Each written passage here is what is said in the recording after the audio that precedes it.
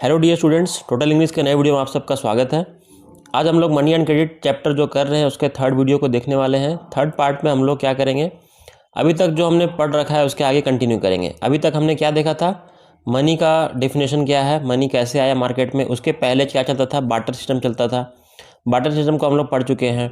और उसके बाद हमने देखा कि बैंकों का क्या महत्व है, what is the importance of bank, उसका क्या फंक्शन है। फिर हमने देखा कि चेक क्या होता है, देन क्रेडिट क्या होता है, ये सब हमने पढ़ रखा है। तो अगर आपने प्रीवियस वीडियोस को नहीं देख रखा है तो उसका लिंक आप यहाँ से आई वाले बटन को क्लिक करके देख सकते हैं। Okay, so let's start today's video. आज हम लोग करने वाले हैं terms of credit. Terms of credit को समझना ज़रूरी है, इंपॉर्टेंट टॉपिक है। तो टर्म्स ऑफ क्रेडिट होता क्या है, सबसे पहले टर्म्स हम लोग कब यूज़ करते हैं। आप देखते होंगे कि हम लोग कई बार बोलते हैं ना कि इसमें बहुत सारे टर्म्स एंड कंडीशंस हैं।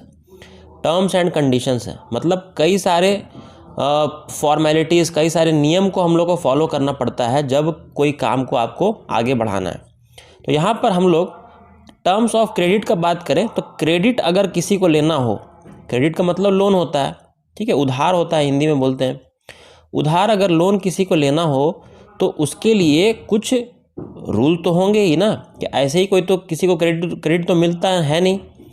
वो जो उस रूल को फुलफ़िल करने के लिए जो क्राइटेरिया है, एक एक चीज़ को जो फुलफ़िल करना पड़ेगा, अगर आप इन सब को ओके टिक कर देंगे, ओके कर देंगे, तब आप क्रेडिट लेने में एलिजिबल हो पाएंगे, तभी आपको क्रेडिट मिलेगा। तो इन सब पॉइंट्स को मिलाया जाए तो उसको कहा जाता है कि these are the terms of credit.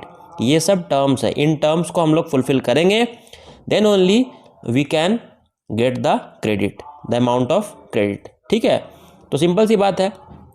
एक एग्जाम्पल से हम लोग इसको समझते हैं। एनसीईआरटी में भी यही एग्जाम्पल दिया हुआ, सारा का सारा नोट्स बिल्कुल एनसीईआरटी बेस्ड है, so no need to worry about that. एक हाउस लोन का एग्जाम्पल हम लोग देख रहे हैं। ठीक है, हाउस लोन क्या है, तो मेघा नाम की एक लड़की है जिसको लोन चाहिए 5 लाख रुपीज़ का।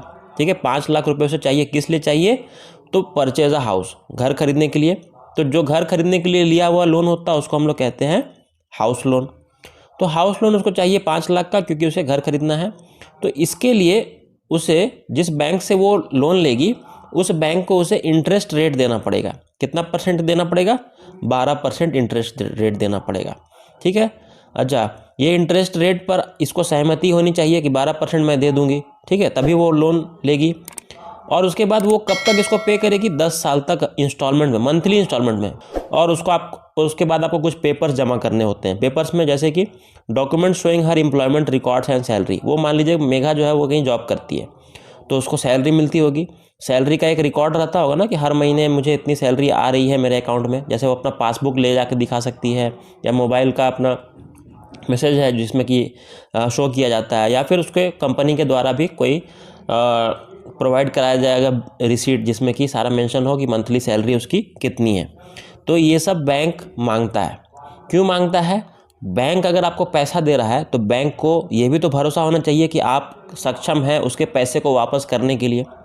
अगर आप उसके पैसे को भविष्य में वापस कर पाएंगे, आप में इतनी सक्षम हैं, आप कैपेबिलिटी हैं, then only the bank will give you the credit, तभी बैंक क्रेडिट देता है।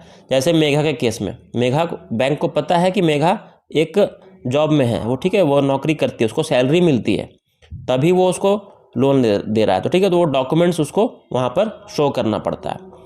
तो मेरा कहने का मतलब है कि ये जो एग्जांपल हमने देखा टर्म्स ऑफ क्रेडिट में, ये सारे चीज़ों को अगर हम लोग ऐड कर देना तो यही सब कहलाते हैं टर्म्स ऑफ क्रेडिट। मतलब फिर से समझ लीजिए सिंपल सी भाषा में, टर्म्स ऑफ क्रेडिट का मतलब क्या होता है, वो सारी चीज़ें जो हमें ज़रूरत पड़ती है क्रेडिट लेने के दौरान। जैसे कि अगर इस वाले लाइन को पढ़िएगा तो एकदम क्लियर हो जाएगा। Terms of credit is equal to interest rate, interest rate हमें देना पड़ता है। कोलैटरल, कुछ गिरवी पे रखना पड़ता है कई बार। डॉक्यूमेंटेशन रिक्वायर्ड, क्या क्या कागज़ वगैरह, जैसे कि इसका सैलरी का पेपर लगा। मोड ऑफ रीपेमेंट, कैसे आप रीपेमेंट कीजिएगा, जैसे कि मेघा के केस में क्या था कि वो मंथली इंस्टॉलमेंट देगी, 10 साल तक देगी। इन चारों चीज़ों को अगर हम लोग ऐड करते हैं तो जो निकल कर आता है उसे हम लोग क्या कहते हैं, terms of credit. I hope it is clear to you now. ठीक है, इसमें एक टॉपिक है कोलैटरल। ठीक है, तो कोलैटरल का मतलब भी यहाँ पर दिया हुआ, डिफाइंड कोलैटरल पूछा जा सकता है। कोलैटरल होता क्या है, देखिए कई बार हम लोग घर में बात करते होंगे, पापा मम्मी बात करते होंगे कि पैसा कोई दे रहा है तो गिरवी पे उसने रखा, ये वर्ड आपने कई बार सुना होगा। कि गिरवी पे क्या होता है, गिरवी हिंदी में कहते हैं। तो कोलैटरल को जो हिंदी में गिरवी पे जो हम लोग कोई सामान देते हैं उसी को कहते हैं। तो कोलैटरल क्या है, एक एसेट है, एक हमारा बेनिफिट का चीज़ है, एक ठीक है वस्तु है जो एक बोरोवर के पास होनी चाहिए। बोरोवर मतलब जिसको लोन चाहिए, हमेशा जान लीजिएगा। बोरोवर मतलब जो लोन लेता है, ठीक है, और क्रेडिटर मतलब जो लोन को देता है, ठीक है, या फिर लेंडर भी इसको कहते हैं। लेंडर मतलब देने वाला और बोरोवर मतलब लोन लेने वाला, ठीक है, याद रखिएगा। तो लोन जिसको चाहिए उसके पास वो एसेट होना चाहिए। एसेट मतलब एक खासियत होनी चाहिए, एक खास चीज़ होना चाहिए। जैसे कि उसके पास अपना ज़मीन अगर हो तो अच्छी बात है, खुद का बिल्डिंग हो, मान लीजिए गाड़ी हो, vehicle, life stock, deposit with bank में कुछ डिपॉजिट करके पैसा रखा हो। ये सब चीज़ को वो क्या करेगा, बैंक को शो करेगा, दिखाएगा, बोलेगा देखिए मेरे पास इन सब में से कोई भी मान लीजिए एक या दो चीज़ है, तो इसको आप एक गारंटी के तौर पर अपने पास जमा रख लीजिए। मान लीजिए एकदम सिंपल भाषा में समझा रहे हैं, मान लीजिए कि आपको लोन चाहिए 10 लाख रुपए की, ठीक है, और आपके पास इसमें से मान लीजिए दो चीज़ें हैं, एक बिल्डिंग है अच्छा खासा और एक गाड़ी है, ठीक है। तो आप क्या कीजिएगा, बोलिएगा कि देखिए 10 लाख रुपए है और मुझे आप दे दीजिए 5 साल के लिए, मैं 5 साल में इसको चुका दूंगा, और मेरे बिल्डिंग के पेपर और गाड़ी के जो पेपर्स हैं इसको आप गारंटी के तौर पर अपने पास रख लीजिए, और जब मैं लोन चुका दूंगा तब इन पेपर्स को मैं वापस आपसे ले लूँगा। ये तब तक के लिए टेम्पोररी टाइम पीरियड के लिए दिया जाता है, जैसे कि यहाँ पर 5 साल के लिए दिया जाएगा। यही होता है कोलैटरल। कोलैटरल समझ में आ गया। कोलैटरल एक एसेट होता है जो कि बोरोवर के पास होना चाहिए, मतलब जिसको लोन लेना है उसके पास होना चाहिए, जैसे कि कोई घर, building, vehicle, life stock, deposit with bank, और उसको वो इस्तेमाल करता है एक गारंटी के तौर पे, जो कि लेंडर को वो दिखाता है, लेंडर को वो दे देता है। कब तक के लिए, जब तक कि until the loan is repaid, जब तक कि वो लोन को रीपे नहीं करता है। तो आई होप आपको कोलैटरल और टर्म्स ऑफ क्रेडिट क्लियर हो गया होगा, ठीक है। आगे हम लोग बढ़ते हैं। वैरायटी ऑफ क्रेडिट अरेंजमेंट, मतलब क्रेडिट का जो अरेंजमेंट होता है, क्रेडिट हम लोग जहाँ से भी मिलता है उसमें एक बहुत सारी वैरायटी है, मतलब बहुत सारे ऐसे, सिंपल सी बात, सिंपल सी लैंग्वेज में समझिए, बहुत सारे ऐसे सोर्सेस होते हैं, बहुत सारे ऐसे स्रोत होते हैं जहाँ से हम लोग पैसा ले सकते हैं, जहाँ से हम लोग लोन ले सकते हैं, ठीक है। हो सकता है मैं किसी बैंक से लूँ, हो सकता है मैं किसी फ्रेंड से लूँ, हो सकता है मैं अपने पेरेंट्स से लूँ, हो सकता है मैं अपने अंकल से लूँ, कोई भी मुझे पैसा दे सकता है। तो यही सब है वैरायटी ऑफ क्रेडिट अरेंजमेंट, ठीक है। तो जैसे कि फार्मर्स हैं, किसान हैं, वो लोग लोन ले सकते हैं बैंक से, कोऑपरेटिव से ले सकते हैं, एम्प्लॉयर से ले सकते हैं, मनी लेंडर से ले सकते हैं। तो थोड़ा बहुत समझ लीजिए इनके बारे में कि आखिर ये है क्या। बैंक तो बताने की जरूरत नहीं है, पिछली वीडियो में मैंने बैंक के बारे में अच्छे समझाया था, अगर आपने नहीं देखा तो आप वहाँ से आई वाले बटन से जरूर देख लीजिएगा। बैंक के बारे में एक एक चीज़ मैंने बताया था पॉइंट वाइज। फिर कोऑपरेटिव्स क्या होता है अभी हम लोग देखेंगे अच्छे से डिटेल में, ठीक है। एम्प्लॉयर्स मतलब उसका मालिक, देखिए छोटा सा फ़र्क होता है, एम्प्लॉयर स्पेलिंग का फ़र्क होता है, ध्यान से समझिएगा, EMPLOYERS। एम्प्लॉयर्स का मतलब होता है जो मालिक है, जो काम करवा रहा है, और एम्प्लॉय का मतलब होता है जो उसके अंदर में काम करता है, ठीक है। जैसे स्टाफ होते हैं वहाँ पे, वो एम्प्लॉयज़ होते हैं, ठीक है। तो यहाँ पर क्या बोल रहा है, एम्प्लॉयर्स। जैसे कि मान लीजिए कोई एम्प्लॉय है वो अपने एम्प्लॉयर से ले सकता है, कोई स्टाफ है अपने मालिक से ले सकता है लोन, कोई मनी लेंडर से, मनी लेंडर मतलब जो उधार में पैसे देता है, सूद पे पैसा देता है, जिसको बोलते हैं ना इंटरेस्ट पे पैसे देते हैं, वो मनी लेंडर्स कहलाते हैं। तो ये सारे चीज़ों से कोई भी किसान अपने लोन को या पैसे को ले सकता है, ठीक है। अब समझते हैं इसमें कोऑपरेटिव्स आखिर क्या है, ठीक है। तो कोऑपरेटिव इंपॉर्टेंट टॉपिक है, कोऑपरेटिव के बारे में पूछ सकता है। कोऑपरेटिव्स का मतलब होता है it is a major source of cheap credit in rural area. मतलब समझ लीजिए हर जगह बैंक तो अवेलेबल नहीं है। बैंक जैसे कि आप लोग अगर शहर में रहते होंगे तो आप लोग कई बैंक को देखते होंगे, बहुत सारे बैंक आपने देखा होगा मार्केट में होता है। लेकिन जो बैकवर्ड एरिया से बिलोंग करते हैं, जो गांव वगैरह से आते हैं, वो लोग बहुत कम ही बैंक को देखते होंगे। तो वो उन सब जगह में अगर किसी को पैसे की ज़रूरत पड़ती है तो वो लोग कहाँ से लेने जाएंगे, तो उनके लिए एक ऑप्शन रहता है जिसको कहा जाता है कोऑपरेटिव। क्या कहा जाता है, cooperative. Cooperative is just like a bank. ये पिछड़े बैकवर्ड एरियाज़ में, रूरल एरियाज़ जो होते हैं वहाँ पर लोगों को सस्ता क्रेडिट दिलाया जाता है। सस्ता क्रेडिट का मतलब क्या होता है, चीप क्रेडिट का मतलब कि जो मान लीजिए 5 लाख रुपया कोई लिया, उसमें उसको मान लीजिए 12% का इंटरेस्ट लग रहा था। 12% इंटरेस्ट तो बहुत हाई होता है, 12% आपको इसका देना पड़ेगा हर महीना। तो तो यहाँ पर ये मान लीजिए 4% में ही ये दिला देगा। कौन? कोऑपरेटिव्स। तो इसलिए कहा जा रहा है कि यहाँ पर जो लोन है वो चीप क्रेडिट है, सस्ता क्रेडिट मिल रहा है आपको, ठीक है, कम इंटरेस्ट देना पड़ रहा है। तो चीप क्रेडिट का मतलब क्या है कि कम इंटरेस्ट में आपको लोन भी मिल जाएगा। बहुत अच्छी बात है। तो इसकी कई खासियत हैं, बहुत ही अच्छा चीज़ है, ठीक है।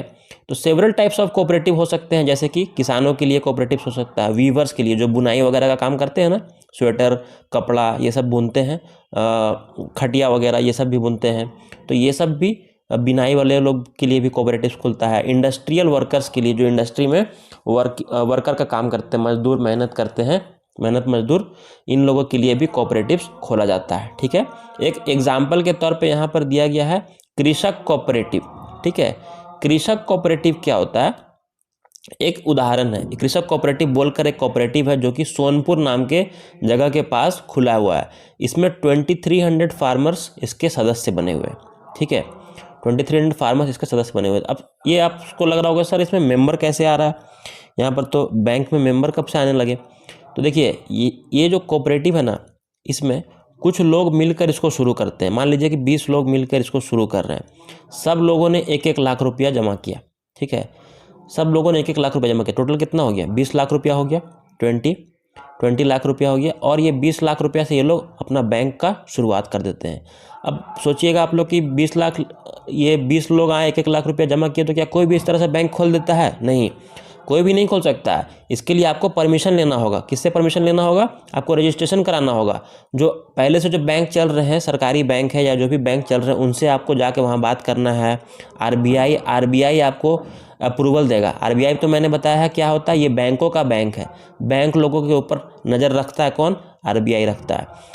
तो इसकी सबसे बड़ी खासियत क्या है कि जिस तरह से आरबीआई अपना नज़र बाकी बैंकों पर बनाए रखता है, उसी तरह से कोऑपरेटिव्स पर भी बनाए रखता है, ठीक है। So it is also safe like other banks, ठीक है। और एक पॉइंट आपको बता देता हूँ कि जो फॉर्मल सोर्स ऑफ क्रेडिट होता है, 2 सोर्स होते हैं। अगला वीडियो में हम लोग देखेंगे। फॉर्मल सोर्स में सिर्फ 2 टाइप के ही सोर्स आते हैं, पहला बैंक, दूसरा कोऑपरेटिव्स और बैंक।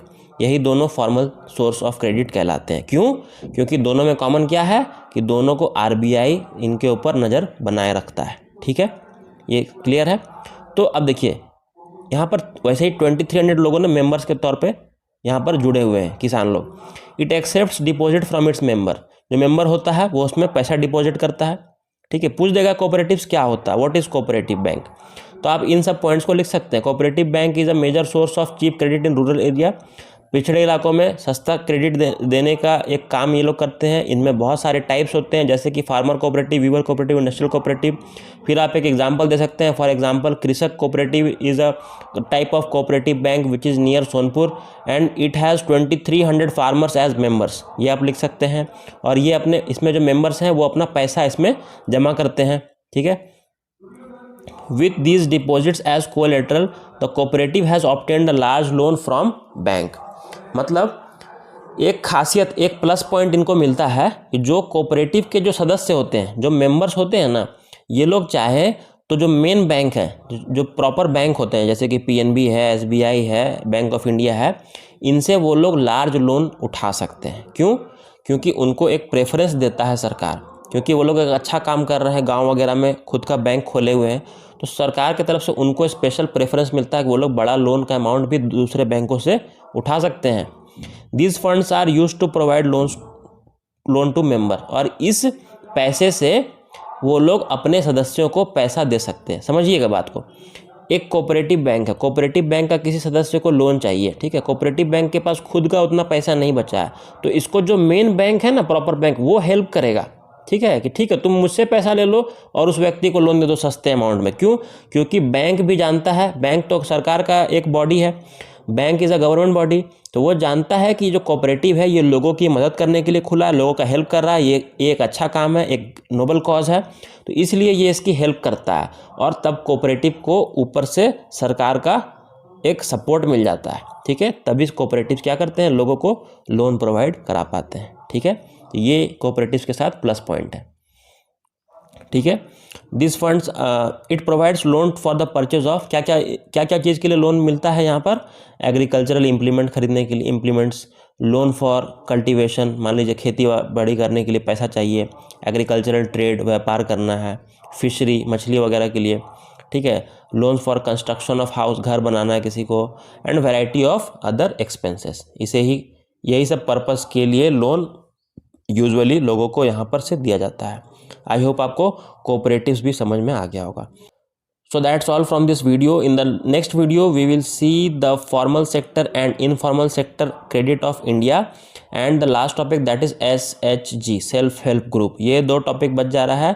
सो एक 10 मिनट का एक और वीडियो आएगा जिसमें कि ये चैप्टर पूरा का पूरा ख़त्म हो जाएगा, मनी एंड क्रेडिट ख़त्म हो जाएगा, ठीक है। फिर लास्ट में हम लोग कुछ और क्वेश्चंस देख लेंगे। इंपॉर्टेंट क्वेश्चन भी मैं करवा रहा हूँ, इंग्लिश के और सोशल स्टडीज़ के सारे इंपॉर्टेंट क्वेश्चन मैं करवा रहा हूँ। So you must watch all these videos, these are very helpful for your term two exam preparation, ठीक है। टर्म टू एग्ज़ाम प्रिपरेशन के लिए काफ़ी हेल्पफुल है। Okay students, that's all from this video. We'll meet in the next video. Do like the video, share to your friends and subscribe to my channel Total English. Thank you.